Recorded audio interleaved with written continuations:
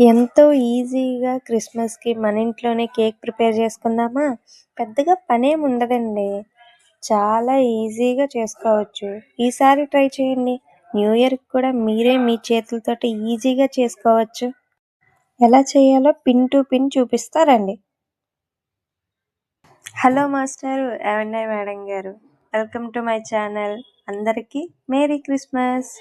నేను 2 కప్స్ గోధుమ పిండి తీసుకున్నాను. ఏ కప్‌తో తీసుకుంటే అదే మెజర్‌మెంట్ తోటి మొత్తం అన్నీ తీసుకోండి. 2 కప్స్ పిండికి 1 కప్ షుగరు. మేము షుగర్ తక్కువ తీసుకుంటాం కాబట్టి కొంచెం తగ్గించాము. మీరు స్వీట్ ఎక్కువ తినే వాళ్ళైతే 1 కప్ వేసుకోండి.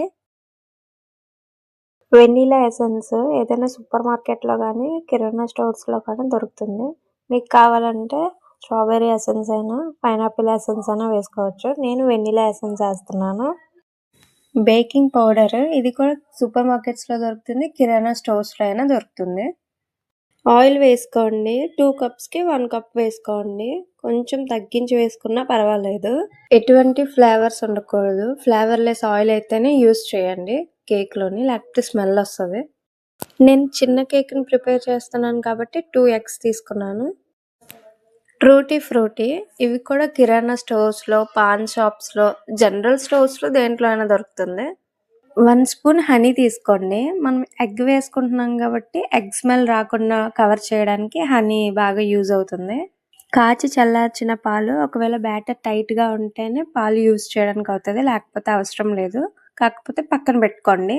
కొంచెం సాల్ట్ వేసుకోవాలి. దానివల్ల టేస్ట్ యాడ్ అవుతది. 1 కప్ షుగర్‌ని ఫైన్ పౌడర్‌లా చేసుకోండి. మీరు కేక్ బ్యాటర్‌ని దేంట్లో కలుపుకోవాలనుకుంటున్నారో ఆ బౌల్ తీసుకొని మనం ఇందాక ఫైన్‌గా పౌడర్ చేసుకున్న షుగర్‌ని దాంట్లో యాడ్ చేసుకోవాలి. ఆ బౌల్‌ని పక్కన పెట్టుకొని అదే జార్‌లోని 2 ఎగ్స్ బ్రేక్ చేసుకొని వేసుకోండి. ఆయిల్‌ని కూడా ఎగ్స్ వేసుకున్న జార్‌లోనే వేసుకోండి. దాంట్లోనే 1 స్పూన్ హనీని యాడ్ చేసుకోవాలి. 1/2 స్పూన్ వెనిలా ఎసెన్స్‌ని యాడ్ చేసుకోండి. వీటన్నిటిని స్మూత్ బ్యాటర్‌లా మిక్సీ చేసుకోండి. ఇందాక మనం పక్కన పెట్టుకున్న పౌడర్‌లో ఈ బ్యాటర్‌ని యాడ్ చేసుకోవాలి. మొత్తం కలిసేలాగా వన్ డైరెక్షన్‌లో కలుపుకోండి. షుగర్ పౌడర్ ఉండలు కట్టకుండా ఆ బ్యాటర్‌లో కలిసిపోయేలాగా మొత్తం కలుపుకోవాలి. 2 కప్స్ గోధుమ పిండిని ఇప్పుడే యాడ్ చేసుకోండి. మైదా పిండినైనా వేసుకోవచ్చు మీకు కావాలంటే. కాకపోతే అన్‌హెల్తీ కాబట్టి నేను గోధుమ పిండితో హెల్తీగా చేయాలనుకుంటున్నాను. కొంచెం సాల్ట్ వేసుకోవాలి. Pinch of salt. 1 spoon baking powder వేసుకోవాలి. కట్ అండ్ ఫోల్డ్ మెథడ్‌లో అయినా, వన్ డైరెక్షన్‌లో అయినా మొత్తాన్ని కలుపుకోవాలి. మొత్తం కలిసిన తర్వాత బ్యాటర్ కొంచెం టైట్‌గా అనిపిస్తే కాచి చల్లార్చిన పాలని వేసుకోవాలి. కొంచెం కొంచెం వేసుకొని కలుపుకుంటూ ఉండాలి.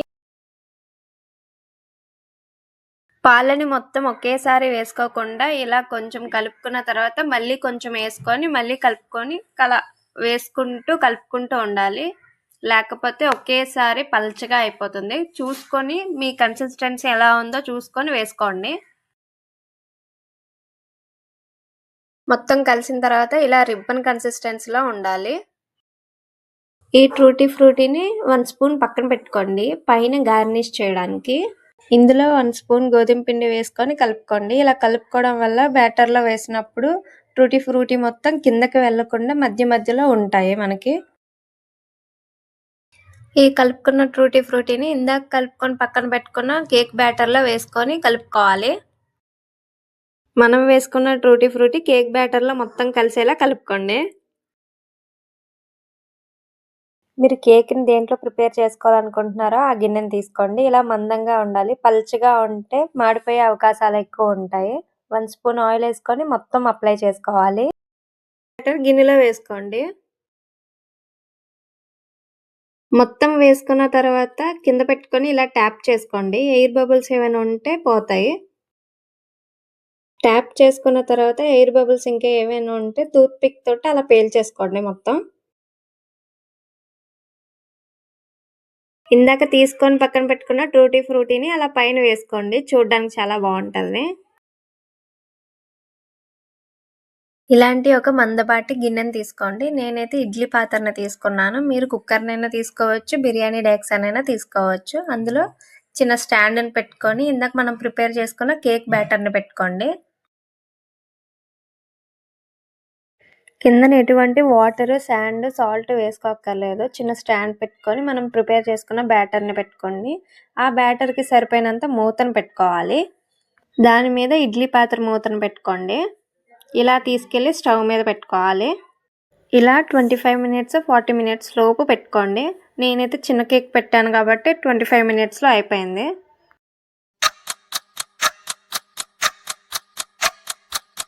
మధ్యలో ఒకసారి టూత్ పిక్తో అయినా చాక్తోనైనా గుచ్చి చూడండి. ఏమీ అంటుకోకపోతే ఆఫ్ చేసేయండి. తడిగా ఉంటే ఇంకొక 5 మినిట్స్ అయినా 10 మినిట్స్ అయినా ఉంచండి.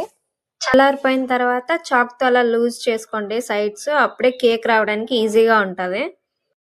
కిందన ఏదైనా ప్లేట్ పెట్టుకొని రివర్స్ చేసుకొని 2 టైమ్స్ ట్యాప్ చేయండి. అంతే, మనం ఈజీగా చేసుకున్న క్రిస్మస్ కేక్ ఈజ్ రెడీ.